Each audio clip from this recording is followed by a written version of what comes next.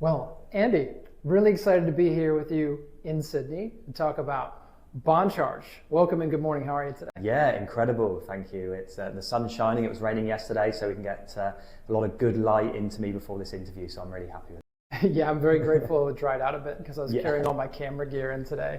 I was dodging the rain showers yesterday. And you're the CEO of Bond Charge, which is a wellness technology brand. Yes. You guys have a mission of simplifying wellness. And you actually have an interesting backstory where you founded Bond Charge out of your own biohacking journey through personal health crisis. And you had this quest for better living land for you and your purpose and passion. So can you tell us a little bit about founding Bond Charge back in 2017 and what you saw was the unmet need? Absolutely, yeah. That seems a long time ago now, 2017, but it all started a long way before that, maybe back in 2014. So I was overweight, unhealthy. I was in my sort of late 20s. I was getting like illnesses like kidney stones, appendicitis, stuff that you should be getting in your 60s. Really not good. So I looked at diet as a way to intervene with that sort of downward slope I was having medically. And the way it worked was I chose a ketogenic diet because I was trying all the conventional diets out there, like low fat and high carb and counting calories, and it just didn't work for me. And that led me onto this amazing weight loss and health journey, and I never felt better. And because I'd done it all myself and I was looking into the studies to be able to find the evidence to be able to hack my own biology, I thought to myself, well, what else is suffering? And as my wife and I were getting ready for our wedding, we both found that sleep was an issue. So we looked at the ways light could impact health and sleep. And we stumbled across a guy called Dr. Jack Kruse at the time. And everyone in the health industry was like either loving him or hating him. And I always like it when people speak very differently about things. So I started to follow him, started to learn all about light. And I found that there was this portion of light between 400 and 550 nanometers, we'll come on to that in a little bit more detail later, where if you were exposed to that after dark, you would disrupt melatonin and disrupt your sleep. Then I discovered blue light blocking glasses as a way to counteract that. So I bought a pair off Amazon, put them on, my sleep improved significantly after the first night of wearing them. So what these glasses do, they supposedly block the blue light, which impairs your melatonin and disrupts your sleep. But what I found was after a while of using these glasses, my sleep just started to come back to really rubbish again. And I was like, well, what's going on here? So I took the glasses I bought off Amazon to an optics lab in Australia. And I said, do you mind just testing these out? Are they actually blocking all the blue light that the studies are saying you should block, this 400 to 550 nanometers? They tested them, and sure enough, they weren't. So I bought a few other pairs, had them tested. None of them were blocking what the studies should say. So then I was like, well, surely we can create something that blocks exactly in line with science. We want the science backing to be on point for this type of product. So let's see if this lab can do it. And they looked at me like, don't really know what's going on here, but we trust you. Okay, we'll do it. Pay us a fee and we'll develop this tint for you. So we developed this tint, and I started testing out the glasses, and I was tracking it on my Oura ring at the time. And my REM and deep sleep tripled, literally overnight wearing these glasses. So I decided, right, let's knock up 20 pairs of them. Let's send them out to people that I know wear blue light blocking glasses. So people that were already in the biohacking space. Luke Story was one of them, who a few people would know in the US, very keen on sort of light management.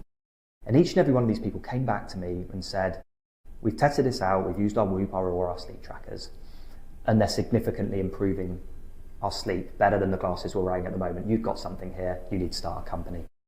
That was how the company was founded, and off the back of that as well, we decided to put them into stylish frames, like 25 different frames, so people didn't have to be all subconscious about wearing a red lens after dark. And the big thing at the time when we started creating these glasses were these big UVEX safety goggles or wraparound sort of ugly glasses that people really didn't want to wear. So we were trying to make biohacking not only purely science-backed by peer-reviewed academic studies, but also bringing that fashion element as well. As the company was founded, we rapidly grew because the product we had worked and people could see it working.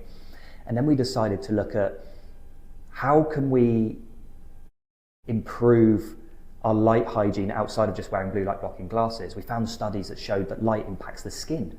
We have little circadian clocks in our skin, so we invented circadian friendly lighting that people could use during the day and in the evening, not to disrupt their body clock through the skin. And then we decided to improve red light therapy devices, make higher irradiances to target sort of pain and inflammation. And then we led us on to looking at sort of how we could then take it even further with, because light's on the EMF spectrum, like can we block like invisible frequencies of EMF like Wi-Fi and Bluetooth that studies are starting to show could be detrimental to people's well-being. So we had EMF blocking software that then and products that then came out to be able to help mitigate the potential harmful effects of EMF. And then that sort of led us today to being this sort of one-stop shop for anything light hygiene management related, and all the way down from EMF mitigating protocol products all the way up to big tech items like big red light therapy panels and PEMF mats. Yeah, I love how you started with that unmet need at the beginning with the blue light blocking glasses. And in fact, I was a very early customer of BondCharge, and I ordered a pair of wraparound glasses and used them and loved them immediately, could tell that they helped. And in fact, recently I did a test of a number of blue light blockers on the market and used the lighting I have in my studio to create a spectrum of blue light and test. And then sure enough, the BondCharge glasses were the best pairs. Love that. There's a bit of evidence on my end independently verifying what you've just said. And that unmet need, you could see how it grew into all these different applications of light. And that's exactly where we're going to go today with some of the science questions. And in fact, you've created a broader mission with BondCharge to simplify this, to simplify wellness by offering the world's widest range of premium science-backed tech on one platform. So talk to us about that mission and what it means to you personally. Absolutely. Well, there's so much choice out there. Like, so where does the customer go? How do they know where to go? And this is why we want to simplify wellness from the first aspect, because we want to put all the purely evidence-backed, scientifically backed products that we manufacture on one website. So you don't have to buy a panel from one company, blue light blocking glasses from another, EMF protection from another. It's all there on one platform, one safe place to shop, everything independently validated, all the claims substantiated, so we're doing that hard work for you. But also, wellness tech is notoriously very difficult to operate, very complex. And a lot of feedback we've had from our customers over the years is how simple ours is to use. It's very simple to operate, very simple to incorporate into your day-to-day life. You don't have to, for instance, go to a salon for red light therapy anymore. You can do it in your own home. But we've also taken it one step further and coined something called habit stacking, where people can take a general wellness habit like, say, yoga or meditation, but they can stack it with red light therapy. They can wear a red light therapy face mask that we offer and maybe cook a healthy meal whilst wearing it. So it allows time poor people, which we're all time poor in this day and age at the moment, to be able to enjoy wellness simply without having to find extra time during their day to accomplish their wellness objectives.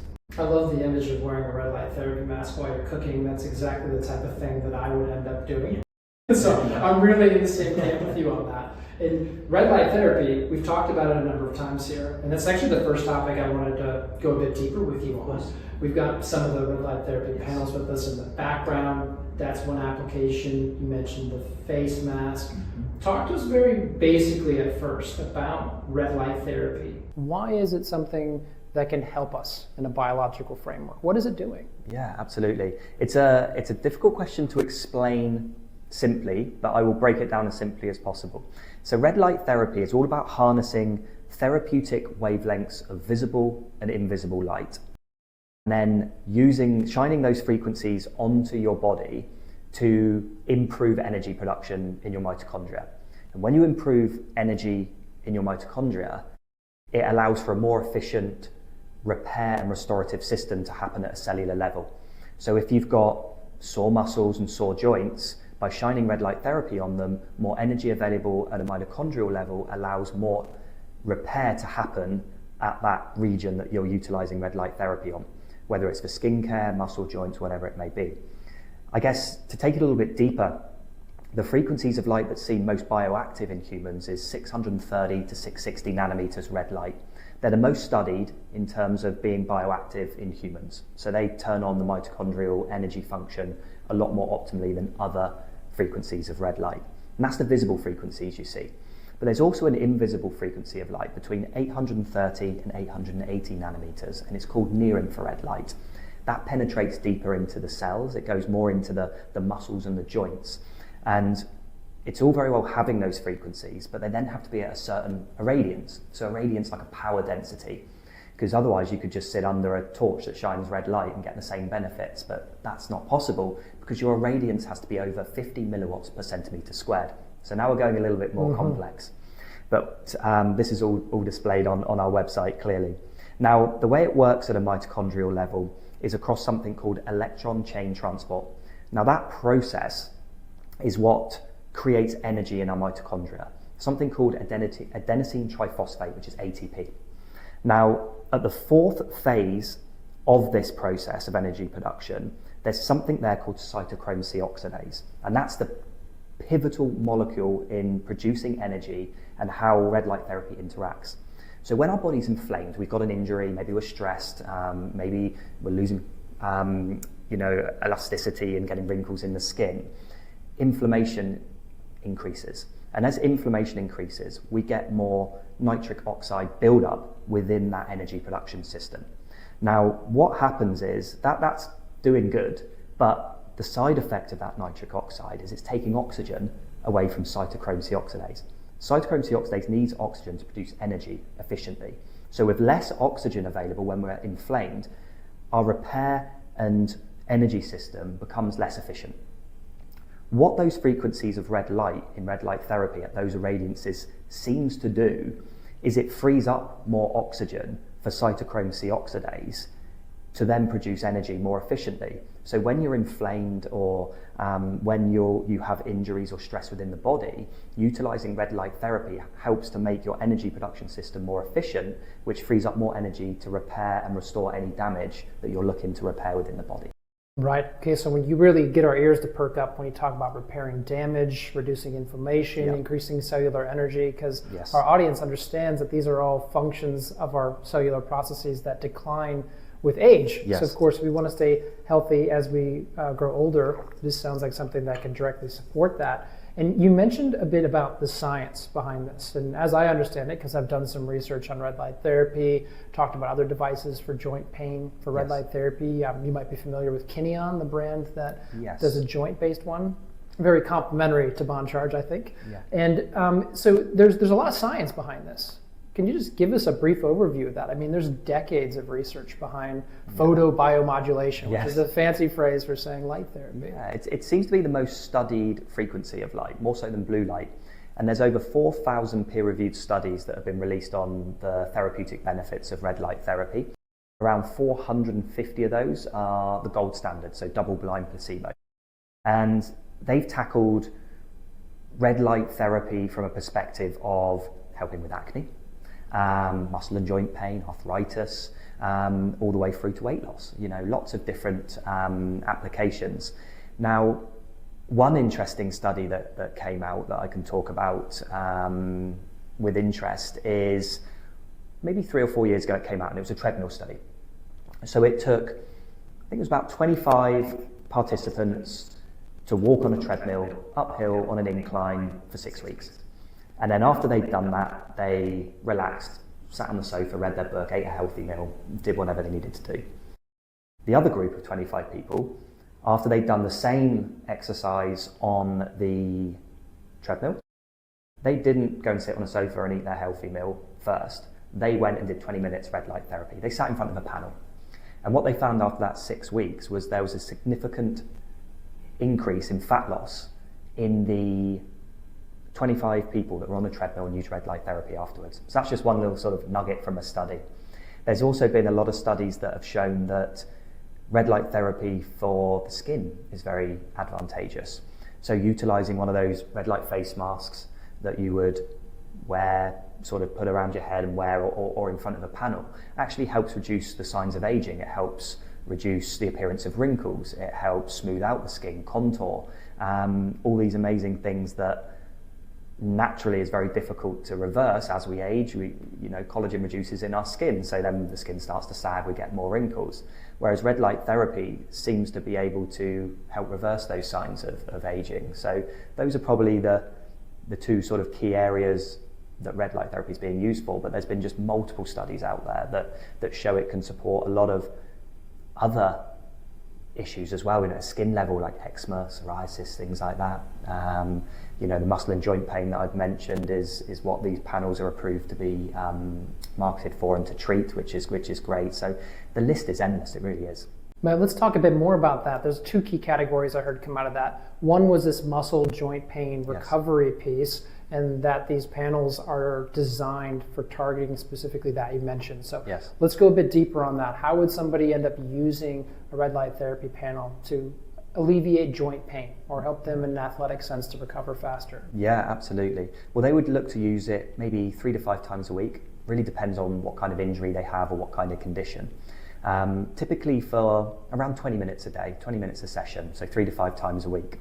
You would want to be maybe 3 to 6 inches away from the panel, because the further back you go, the irradiance will drop, so the efficacy will also drop.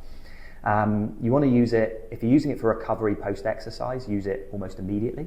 That will be the best way to use it. If you're using it for joint or muscle pain, maybe you want to use it when, I guess, the pain starts to flare up, so you can get that relief from that pain. People get joint pain and muscle pain more in the winter when the colder months come, so utilizing it maybe on a longer basis then, maybe you want to go to 7 days a week at that point to utilize it for that type of issue. The thing with red light therapy is you can't, as of speaking now, overdo it. There's no studies that show that it's detrimental if you have too much red light therapy. However, there's always that sort of maximal effective dose where 20 minutes seems to be the sweet spot to get all the benefits you're going to get from it. So if you do it for an hour, you're not going to get any extra benefits. It very much turns off after that sort of 20 minutes at the irradiance that are in those panels, which makes it really convenient to use. You're not having to do hours and hours in front of these panels, just 20 minutes, 3 to 5 times a week is all you need. Great. So 20 minutes, 3 to 5 times a week, 3 to 6 inches away, naturally raises the question of how are we going to mount and hold on to these big panels? Yeah. There's different ways you could imagine using this, maybe sitting at the couch, or you want to lay down, you want to stand in front of it. How does that part work? Yeah, so they have 3 stand options. You have a fixed stand that they just slot into, and you just pick it up and move it around. We like to simplify wellness, as we spoke about earlier. Nice and simple. Slot it into a stand, pick them up, they're not heavy. You can also put it into another stand that wheels. So if you don't want to pick it up, it's got little wheels on and you just wheel it around. You can also have it on a horizontal stand. So you can have it like underneath. So you can have it sort of attach horizontally, lie on your bed, push it under, and then you can maybe have a nap with the red light therapy on. Maybe you can just lie back, do some meditation, have it over you. And the fourth way of doing it is you can actually mount it on the back of the door. So it comes with door hooks where you can hoist it up and it sits on your door and you can just stand there in front of it. It's probably the least favourable way of doing it because you have to stand, but the other stands allow you to either sit cross-legged in front of it, meditate, do some breath work, or even have it to the side of you and watch TV. Yeah, I think that's a really accessible option for some people to think about. Hey, I could wheel this thing up to me in a sore knee, or get it on my skin and sit there with my shirt off and watch a television show, and it's just working seamlessly into my life. Personally, I think I want to mount it over this acoustic sound therapy bed that I have. Yes, I think that'd be a great combination. It would, and that would be habit stacking. So there you go. Habit stacking, exactly. It's one thing the audience can certainly take away from this. And the other one you mentioned was the skin benefits. Yes. So we understand that red light is energizing our mitochondria. Mm-hmm. You mentioned collagen. We've talked a bit about the face mask. Yes. Let's go into the aesthetics, because our audience cares a lot about skin health. Absolutely. And I make the point over and over again that taking care of your skin is about far more than vanity. Yeah, you're going to look better, but this is actually a longevity mindset in practice, because our skin is the first thing that ages. It brings more inflammation and senescent cell activity to the rest of our body. Yes. But red light therapy has some profound benefits on the skin. Let's talk specifically about that in general at the high level, even just these panels, and then maybe look into specifically the face mask. Yeah, absolutely. I guess light always has a purpose, whatever color it may be. So blue light keeps us awake during the day, right? It keeps cortisol levels high and keeps us thriving and active during the day. Without it, we'd have problems. But the issue with blue light is it causes cellular damage and it ages the skin. It dries the skin out. So what the sun has done for us, nature's clever like this, It counteracts the negative effects of blue light on the skin by having red light in the sun and near infrared light in the sun. So ancestrally, we'd be outside all day, we'd have damage by blue light, and the red light would solve that problem. But now what we're doing is we're coming inside and we're under artificial light, we're working on screens. They've stripped out all the red light to make them more energy efficient, and are only left with the blue light, which is great because it keeps you awake, but it's drying out your skin. So we're aging faster as a population. So what we need to do is we need to biohack that issue by incorporating red light into our lives. So you can have red light face masks, red light neck and chest masks, because this is the area that first goes for aging, especially for women. It's that chest area. And you start shining light in that region and you start to reverse the damage of blue light and what it's been causing to your skin. Red light doesn't dehydrate the skin.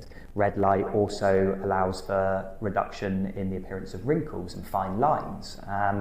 And you know, it's from a sort of scientific perspective, talking outside of, I guess, the red light therapy mask now, how red light interacts with the cells is the same way as I spoke about earlier at that electron chain transport system. But what happens is it seems to provide more energy for fibroblasts, which are the precursor to collagen production, to be activated within the skin. So therefore the theory is that when the fibroblasts are activated, more collagen production can happen, which then leads to that sort of reduction in the appearance of fine lines and wrinkles and reduces those signs of aging. Very cool. And I think that the points you're just making there about the light, its many effects in energizing cells, improving collagen production, they light up the interest we have in looking after our face, and looking younger and looking healthier. Yes. And in fact, there's a fusion of technologies that's beginning to happen where there are certain topicals we can use that can then be activated by red light to do their work, which is really cool. So there's a product from a company that I'm collaborating with called Young Goose. And they've created a product that's called light activated DNA repair. Oh, wow. And so I'm going to be stacking that product with a Boncharge face mask to then see the results that come out. So it's really cool how these technologies are actually coming together. Yes. Bit of a fusion between different fields. Yes. And how red light can actually activate different molecules to behave differently with our biology. It's a fascinating future ahead for Sounds amazing. red light therapy. I thought you'd like that. Yeah. So if there's interest from the audience, I think the things that we're really hearing, if we're just going to summarize it, is that joint and muscle pain, athletic recovery, then also our skin health. But there's another benefit out there that we haven't mentioned directly yet, which is actually sleep. I've seen some claims that red light therapy in the evening can actually help us sleep better. Could you tell us a bit about that, Andy? Yeah, absolutely. So this moves away from, I guess, slightly the therapeutic benefits of red light therapy. So what happens with our circadian rhythms? Okay, so it all comes back to this ancient body clock that formed in humans millions of years ago as we evolved. It was entrained by the rising and the setting of the sun. So during the day, we would watch the sunrise and we would take in blue light, and that would increase serotonin, dopamine, cortisol, which is what we needed to kickstart our day.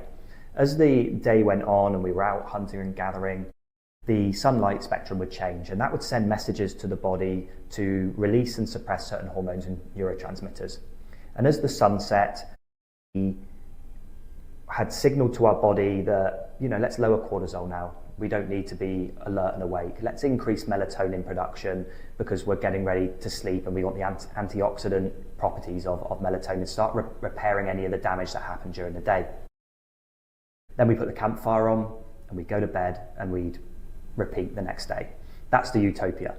Now, the issue we've got in the modern world is we don't watch the sunrise. We roll over and look at our phone in the morning, which sends the wrong message to the body clock that, oh, it's not the morning, it's midday. We don't need all those hormones that we could have had in the morning.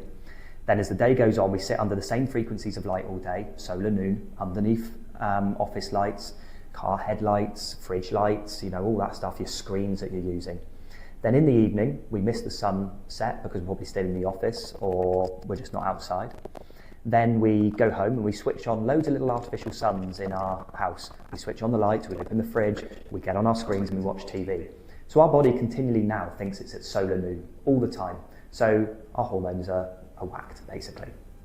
Now, what helps with sleep is the absence of blue and green light and the presence of red light after sunset. So when you wear blue light blocking glasses, change the light bulbs in your house to give out a warm orange or red glow, utilize red light therapy devices, you're just signaling to that ancient clock system that, oh, it's a campfire, it must be nighttime. Where's the blue light? That's gone, the sun must have set. The body can't distinguish between artificial and natural sunlight. So when these panels are turned on, when the light bulbs are turned on, the red ones, when blue light blocking glasses are put on, creates this physiological darkness, which means melatonin can start being produced from the serotonin and tryptophan mixing from what was produced during the day, and it will just allow you to fall into a more natural rhythm and get more sleep and more sleep quality, better REM, better deep sleep. So that's how red light therapy works. It's more the absence of the blue and green light, but also the presence of the red that's allowing melatonin to actually properly be produced, which then aids your sleep and sleep quality. Okay, so I'm going to get in bed at 9 p.m. to go to sleep. What does my red light panel activity look like leading up to that moment of me going to sleep to maximize my sleep quality and duration? Absolutely. Well, I'm always a stickler for trying to mimic what our ancestors had, like thousands of years ago. And after sunset, they wouldn't have had access to near-infrared light. It would have been far-infrared light, that would have been in the fire, but the near-infrared light would have gone. It's gone from the sun. So I wouldn't have the near-infrared light function on the red light panel on after sunset, because ancestrally we wouldn't have seen it. There's no studies that show it's negative, but I don't like to wait until a study comes out. I like to use my common sense. I would also look at putting on the red light, but not being too close to the panel after sunset because of the intensity. Red light from the campfire was less intense than the red light panels, so you probably want to be maybe 12 inches away from it at that point, so you can dim down the irradiance level. The other thing as well is the angle of light I like to look at as well. So I like to think, well, how did my ancestors receive that red light to help them sleep? Was it from above during the evening, or was it from below? Well, it was from below, because the sun had set, there was no blue light in the sky, the moon and the stars, too low a lux to impact circadian rhythms. So I like to have my panels at ground level to be able to mimic the angle that it was received as well, because they're starting to have a lot of talk in the scientific communities that light angle may also impact and signal to our body clock that the time of day might be different to what it's perceived to be based on the angle of the light. So that's how I would utilize it and how I would set up my panel to administer red light after sunset. Great. And so what's the timing of that look like? Given that 9 p.m. I want to be going to sleep, what do you think? What's the lead up to that? What does that 2-hour period look like, and where does red light fit? Yeah, I mean, first of all, you want to be putting on your blue light blocking glasses as soon as the sun set. Otherwise, you're going to be telling your body the sunset, brilliant, but now it's solar noon again, so you miss out on everything. So you want to be putting those red lenses on straight away. And then your red light therapy can happen anytime, really, like whether it's a few minutes before bed, whether it's 2 to 3 hours before bed, it really wouldn't matter when that happens. It's kind of always, like, some things are a blanket rule. Watching the sunrise is a blanket rule. Everyone needs to do it. No one's going to lose a benefit from doing that.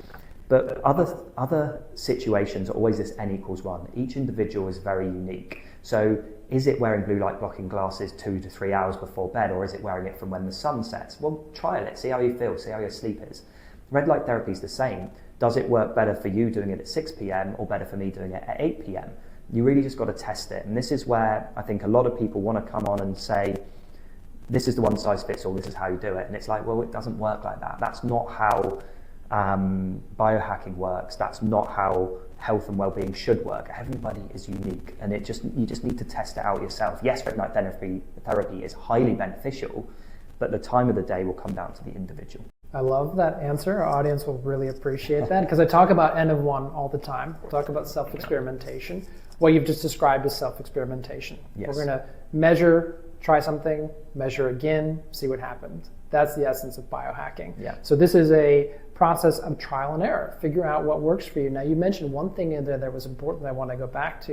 You mentioned a different setting you can use on the panels in terms of the near-infrared and infrared light. Yes. So is there a capability there that you can differentiate between the two in terms of how you use it? Yeah, absolutely. A lot of panels don't. But what we found was, because of the different ways people would use red light therapy, we need to have that option Do people want to use near infrared and red light together all in one session? Brilliant, they can do that. Do they just want to use the red light? Because red light is used for that sort of surface level skin restoration. So yes, you can do that in our red light panels. And do you just want near infrared light on because you're looking to target muscle and joint pain? So we've managed to incorporate that in as well. So there's 3 settings you can use. Near infrared on its own for the deeper penetration, muscle and joint pain and recovery. You can have red light on its own, which is used at that skin level, that reducing the fine lines and wrinkles and reducing the signs of aging. But you might want to have them both on. You may have a problem with your knee, but you want to have good skin on your legs as well. So why not have both on at the same time? So we wanted to give the customers the option to be able to choose what they wanted and what kind of treatment and session they wanted to administer. Well, it sounds like simplifying wellness to me. Sounds like accomplishing your mission, which I really like. And we've mentioned a few times now the different glasses that you have, and that fits into this habit stacking, particularly for sleep. How can we use, and you got your start in blue light blocking, but it's a bit of a broader range now in terms of glasses for the evening, glasses for daytime. Talk to us about the mindset and thinking around how we can use light filtration through glasses to optimize circadian rhythm, for example. Yeah, absolutely. So we want to try and mimic what our ancestors saw, right? So that is, if you're getting up in the morning and the sun hasn't risen yet, you want to be blocking all the blue and green light because our ancestors wouldn't have seen that before the sun rose. So you would wear the red lens, dark amber lens, blue light blocking glasses. Then as the sun rises, you would want to be out there looking at the sun and entraining the circadian rhythm. No sunglasses on, no blue light blocking glasses on. Now, during the day, the issue we've got is twofold. We're exposed to isolated blue light. So that's an issue because there's no red light or very minimal red light in LED backlit devices like your laptop, your smartphone, or your overhead lights. And we also receive a lot of it. We're inside constantly during the day under the same frequencies of light, which isn't good because light naturally changes its frequencies throughout the day, and our bodies and circadian rhythms need that in order to administer and regulate hormone and neurotransmitter production. So what we want to do is 2 things during the day if you're stuck inside, actually 3 things. First of all, you want to be filtering down the copious amounts of blue light that are in your screens, and you can do that using yellow lens blue light filtering glasses or clear ones. Clear ones reduce it by about 30%, the yellow ones maybe about 60%. Someone would use the yellows over the clear because someone might have a sensitivity to light, maybe be more susceptible to migraine headaches and things like that, and the yellows would provide a little bit more protection. But we also need to put the red light back in.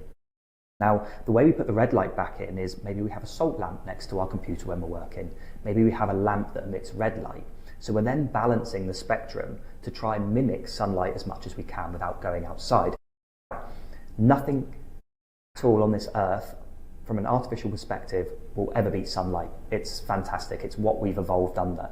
So people go out for smoke breaks in the day, like disgusting habit.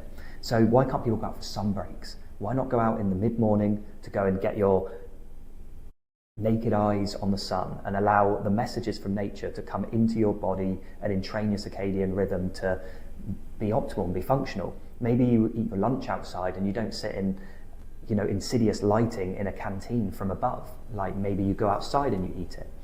Maybe in the afternoon you go outside for another sun break, and then in the evening you watch the sunset whilst being inside wearing your blue light filtering glasses, and then in the evening when the sunset wearing your red lens blue light blocking glasses.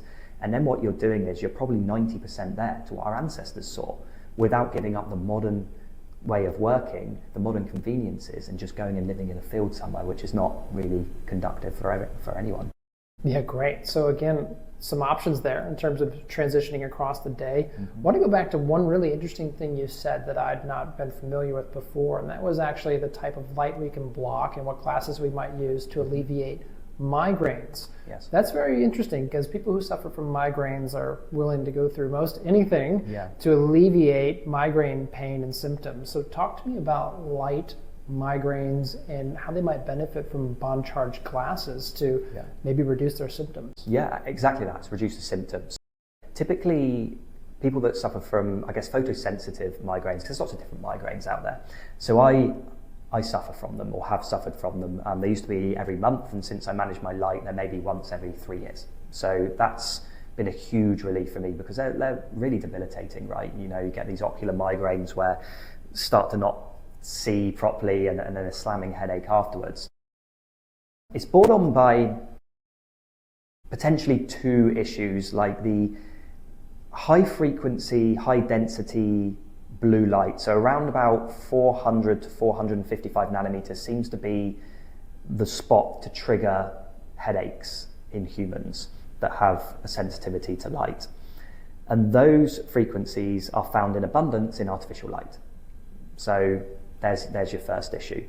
So by wearing yellow lenses, that blocks that entire 400 to 455 blue light spectrum, so it completely removes it, and it lets in blue light between 456 nanometers and 495 nanometers. Then the rest of the light after that comes in, which is all the red light, which is beneficial. And that helps with reducing the exposure to potentially migraine triggering artificial light. They're also great to use after a migraine, because they then block the light that could be exacerbating the symptoms, the pain. The other thing that could trigger migraines is something called flicker. So in LED lights, there's something called invisible flicker that's in most LEDs. Now, we can't see it visually, but our brains can see it. And you can see it if you record on your smartphone in slow motion an LED light, and 9 times out of 10, you'll play it back and it will be pulsing at you. And the brain has to work overtime to piece the message together. So it comes through your eyes, this light, which ideally from the sun is consistent, it's not flashing. Whereas this light to the brain is flashing, so it takes more energy and more work to piece together the image for us to see. Now, that's why at the end of the day, even if we're not suffering from migraines, but we've been on a computer all day, our eyes are sore and our head is muzzy, and you get headaches from screen-related headaches, tension headaches, to do with the flicker. Now, what we've done to try and counteract that, because you can't reduce flicker by wearing glasses, we have come up with a concept of flicker-free lighting. So we've created light bulbs that can go in and replace the current LED lights that people have, that not only contain like full spectrum visible light that mimics the sun, but they also don't flicker.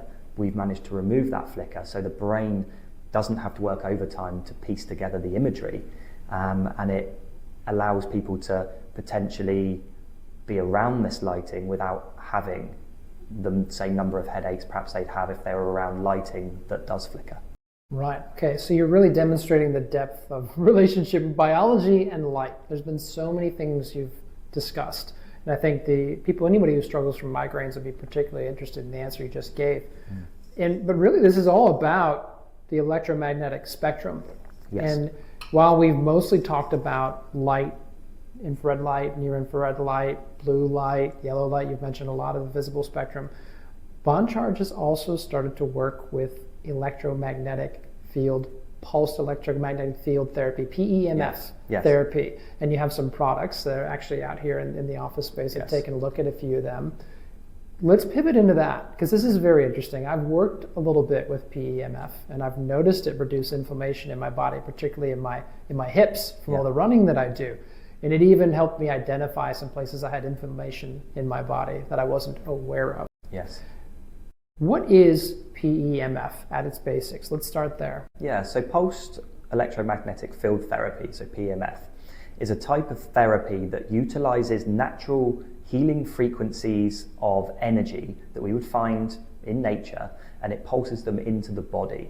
Now, what happens then at a biological level is that our body's own wavelengths will then try and mimic the energy that's coming into the body. So for instance, let's talk about one that everyone knows, grounding, earthing. People go out, put their bare foot on the ground, and they feel amazing, and inflammation apparently is reduced. The way that works is it's through something called the Schumann resonance, which is the natural spin of the earth and the negative ions that are passing up through the body. And that is around about 7.8 hertz. So when we stand barefoot on the ground, our bodies start to mimic that natural earth healing energy, and we start to decrease the levels of inflammation in our body. And we've seen it where there's been studies that show that people with trainers, they show the brain, certain areas aren't lit up, and then they put their bare feet on the ground, and then certain areas that are anti-inflammatory within the brain start to light up. So super, super interesting stuff. What PEMF does is it takes that frequency plus a load of other frequencies and pulses them into the body depending on what the person wants to achieve. So up to 30 hertz is what you call low-level PEMF. That's for general wellness, and that's what our products do. Anything above 30 hertz is where it gets into the therapeutic range, which is then utilizing energy to target the cells and the pain that you might experience in joints and muscles. That's not what our products do. So what we want to do is we want to use low-level PEMF frequencies to stimulate things like sleep. So we would pulse at a certain level of hertz to stimulate delta waves within the brain. And as we stimulate delta waves within the brain, that's what puts us into those deeper sleeps and gets us better quality sleep. Now, it works similar to something called binaural beats, where you can pulse frequencies in by listening to certain hertz in music. You can also look at increasing alpha waves and beta waves by activating different frequencies. And what those do is they help with creativity, help for deeper meditation, help for a more grounding experience if you're getting it around that 7.88 hertz. So that, in a nutshell, I guess, is how PEMF works. But what we've done with our mat is we've also incorporated red light therapy into it. So we've put near infrared and red light. So once you're getting your PEMF, you can have red light therapy happen as well. So again, simplifying wellness. We've also put in far infrared light, and far infrared light is what you find in saunas, which warms the body and helps to increase heart rate, which is great for multiple wellness reasons. And then we've also infused these mats with semi-precious gemstones like quartz. Quartz conducts electricity really, really well. It's used in the ancient world to conduct electricity and transport electricity. So those types of crystals help to amplify the pulsed electromagnetic field therapy from entering the body. Other things like onyx and tourmaline and amethyst used for thousands of years for healing properties. So I guess in a nutshell, that's how it works. Yeah, I found it very interesting that you included those gemstones. So you just walked through some of the benefits of that. And you also worked through the different frequencies that this mat can work with. And as I understand it, there's a selection process when you use the device. Is that correct? You pick which frequencies you'd like to work with, correct? So if you wanted to focus on sleep, you'd be working with the delta waves at a lower frequency, 1 to 3 hertz. The Schumann resonance you just mentioned is around 8. 9 to 12 for the alpha waves to get some calm. And there was an interesting range in there, 13 to 30 hertz, the beta waves, which seemed to complement thinking, focus, or meditation. Do you have some experience with that? Could you tell us a bit more about how it can actually interact with the brain?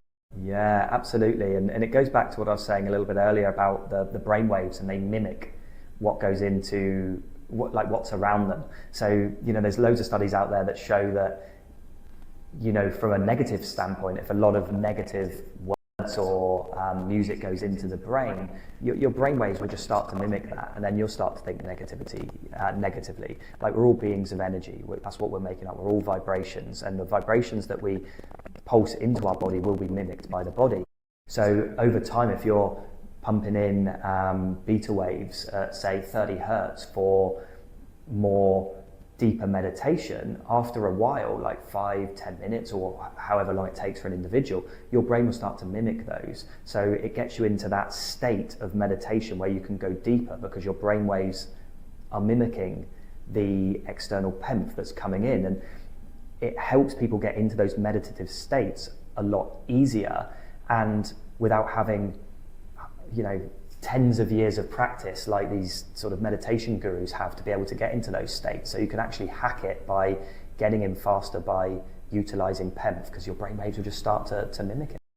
I look forward to trying one. I want to actually do it do a meditation without and wear my Muse headband and sense my brain and then add this in just as you described and see if I can measure the difference. Love that. What does using one of these PEMF devices look like? Are we sitting down? Are we laying down? How does it look? Yeah, it's both. There's various ways you can do it. We've got wraps that you can wrap around the body, so you can just sit with it on certain areas. We've got big mats that you can do yoga on, you can do meditation on, Pilates, those types of things, and you can lay on them as well.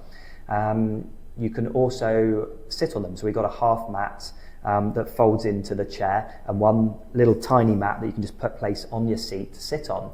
So you can just, again, habit stack, simplify it and everything as well. You can watch TV while sitting on this product. If you're, say, looking to improve your sleep, you can have your blue light glasses on, sat on your PEMF mat with your circadian friendly lighting on, watching the TV. So 4 or 5 different things you can do there. And it's like when you're meditating, yeah, you can sit, you can lie, however the person wants to do it.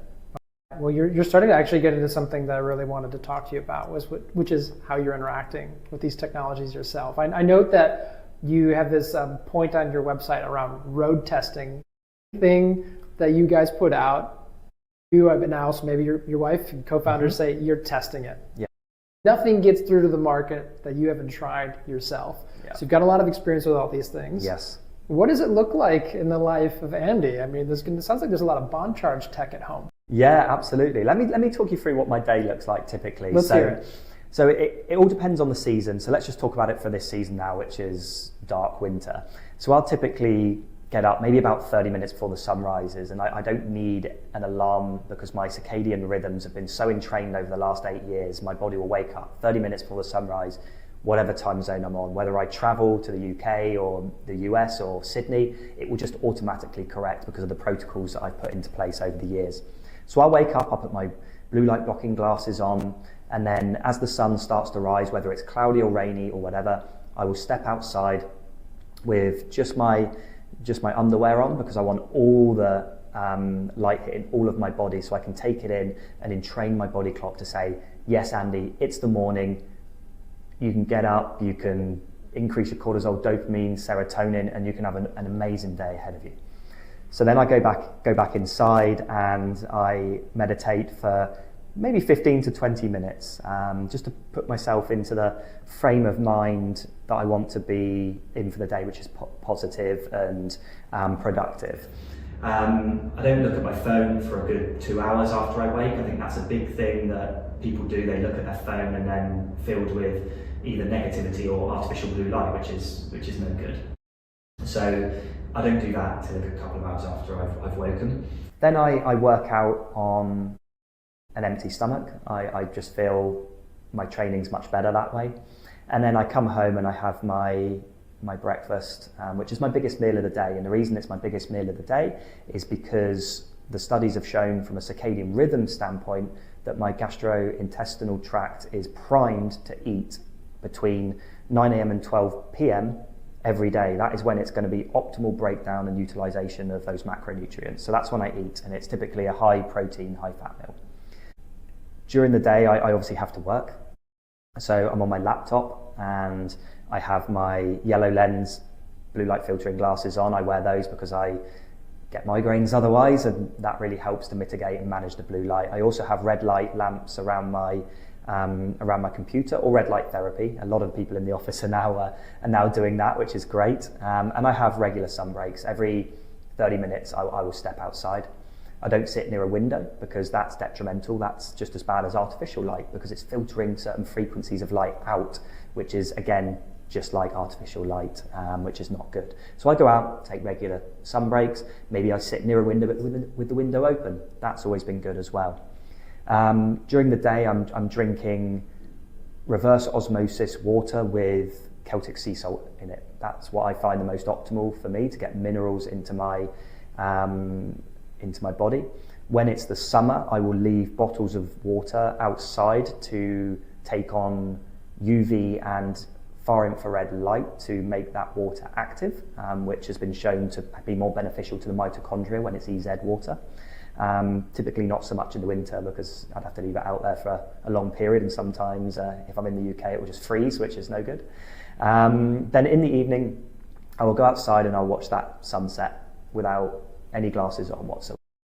And as the sun sets and it starts to get dark, on go my red lens blue light blocking glasses, on go the circadian friendly lighting within the house, read for a little bit, and then I will I'll then adopt a specific technology, a wellness technology, whether it be PEMF for a bit of breath work or a bit of just relaxation, even if it's just lying down on the PEMF.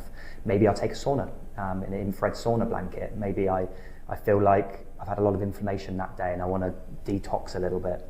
And then maybe I'll do a red light therapy panel, maybe I'll do a face mask. It really depends. It will be really depending on how I feel that day and what technology I want to use. And sometimes I use multiple. Sometimes I put the face mask on and have a sauna, so we can have it stacked that way. And then I power down all my devices about an hour before bed. That's the biggest hack because it's free to do, and it not only removes blue light from my environment, but it also takes away the stimulation. I want to be in that parasympathetic state before I go to bed, and I don't want to be stimulated from anything from my phone or any kind of work.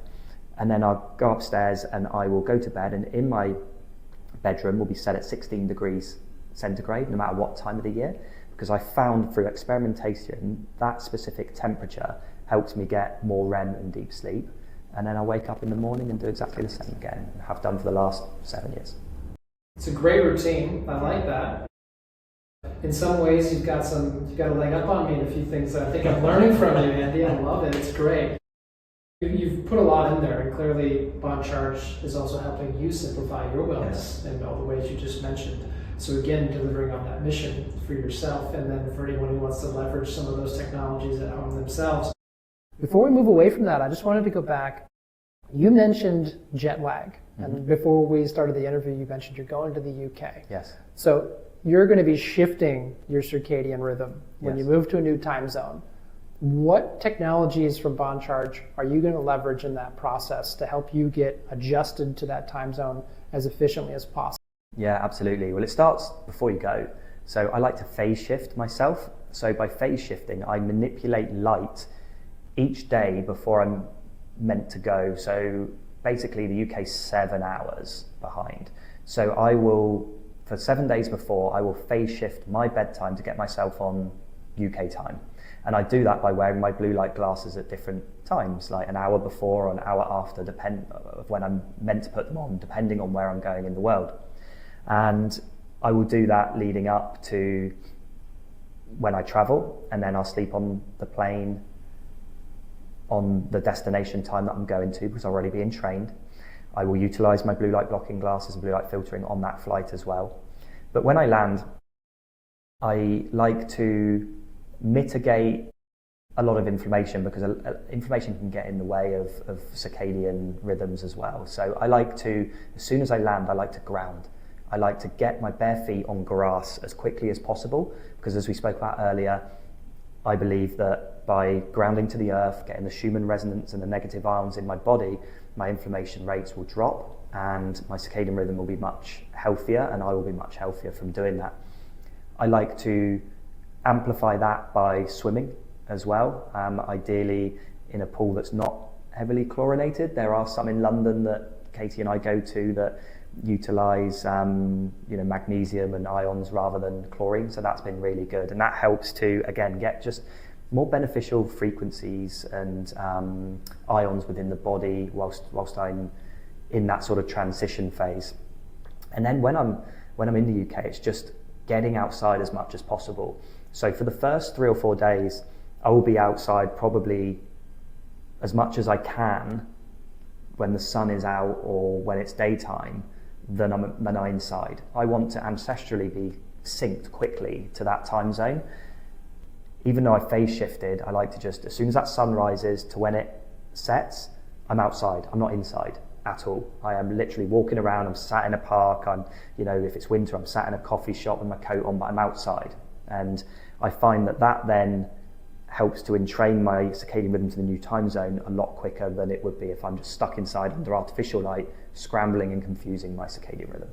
Great. Are there any supplements that you use in that process? No, some people advocate for melatonin. I don't like to take external hormones myself, but it really depends on the individual. If that's what they want to do, then go for it. I'm always a firm believer that if I can produce it naturally by biohacking protocols, why would I then supplement exogenously, which could impact my endogenous production of melatonin if I abuse that.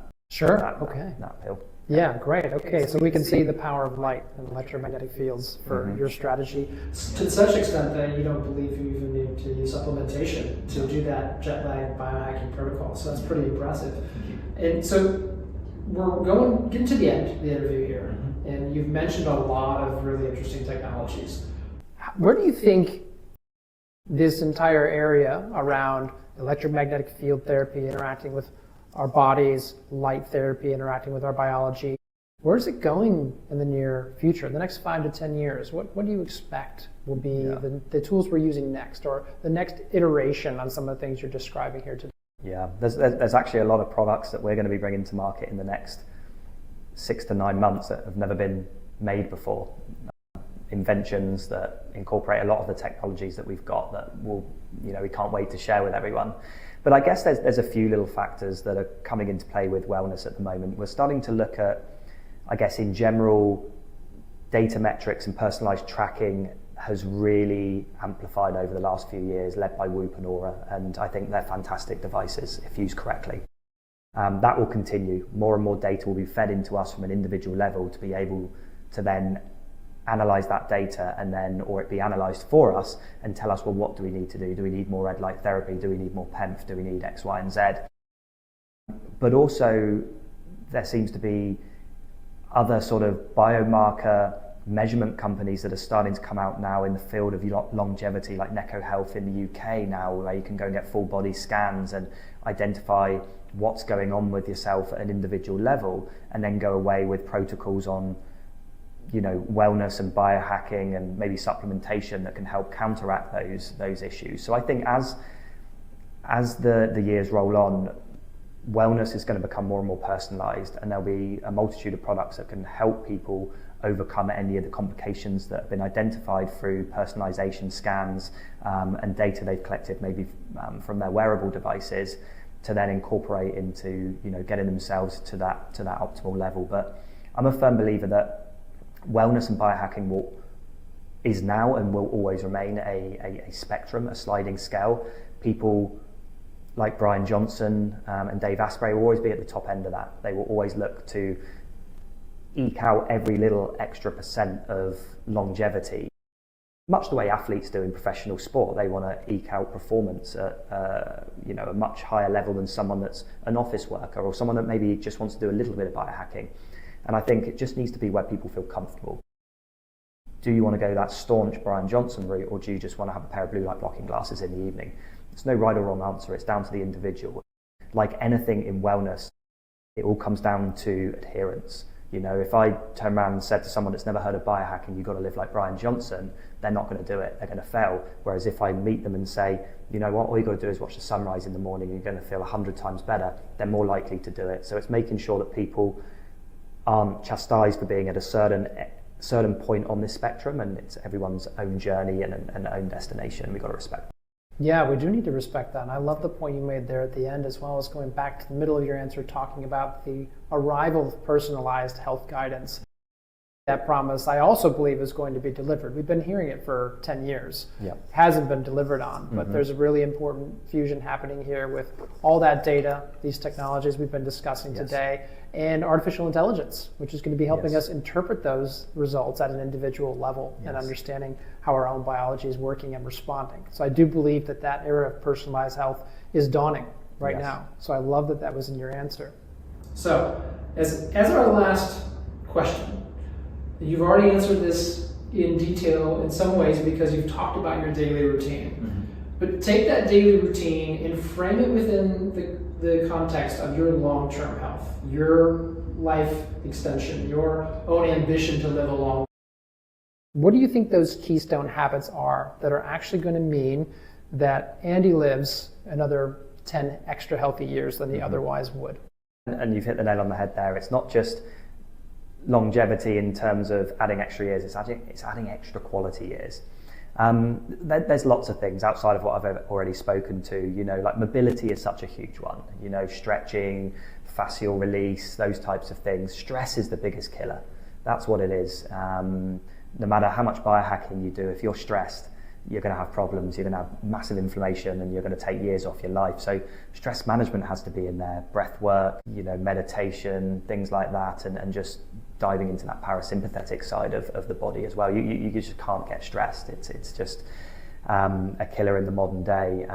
But good quality food as well, like whatever diet you follow, just make sure you're eating food close to the earth, nothing processed. If you're eating an animal-based diet, then grass-fed, grass-finished beef, chickens that are organic, the eggs that are organic. If you're eating a vegan diet, make sure that you're not eating anything that's had pesticides on it. The water you drink is highly important as well. Like, you can go really extreme with water, or you can, maybe move away from drinking out of plastic would be great, so you're not putting microplastics into your body. The problem is with wellness and health in the alternative space is there's a lot of scaremongering out there. Every day there's something else. This is poisoning you, this is killing you.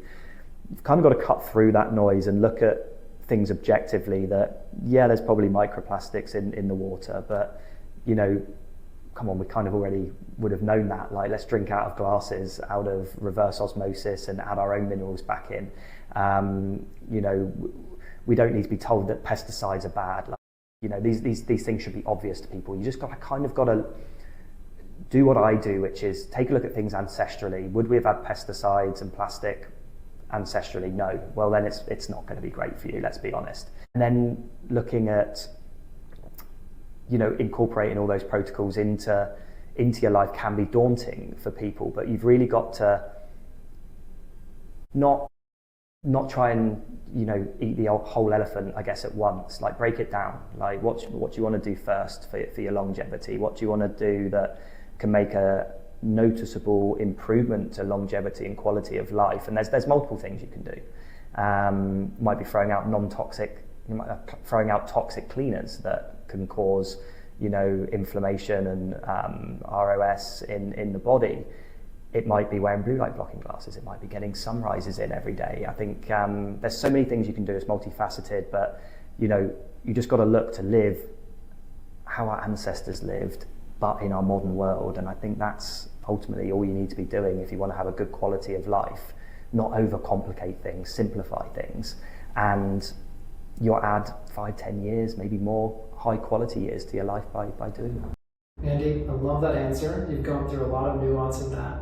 Personalization, not trying to do it all at once, leveraging technologies where it's applicable, and also to doing the things that are free. And you've mentioned a few times now, if there's anything I think people can take away as a free habit that they might integrate into their life, it would be seeing that sunrise. You've said that several times over and over again. It's one of the things you do. It's the first thing you do when you get to a new time zone when you're traveling, and it's completely free to do it. And I've just moved near to the beach. I just bought a house, and I have been going to the beach in the morning and seeing that sunrise, and I love it. It makes me feel great. So Andy, I hope everybody listens to you and goes out and sees a sunrise for free. I hope they check out Bond Charge. I think a great place to start is with blue light blocking glasses, personally. I think that's easy, very straightforward. Yes. They don't have to go straight to red light therapy panels, but I'm eyeing one. I'm probably going to get one of those pretty soon. So thank you, Andy, for taking us through everything. It was a real pleasure. Thank you, Nick. I really appreciate your time, and it's been great speaking to you, and hopefully we empower your audience. I think we have.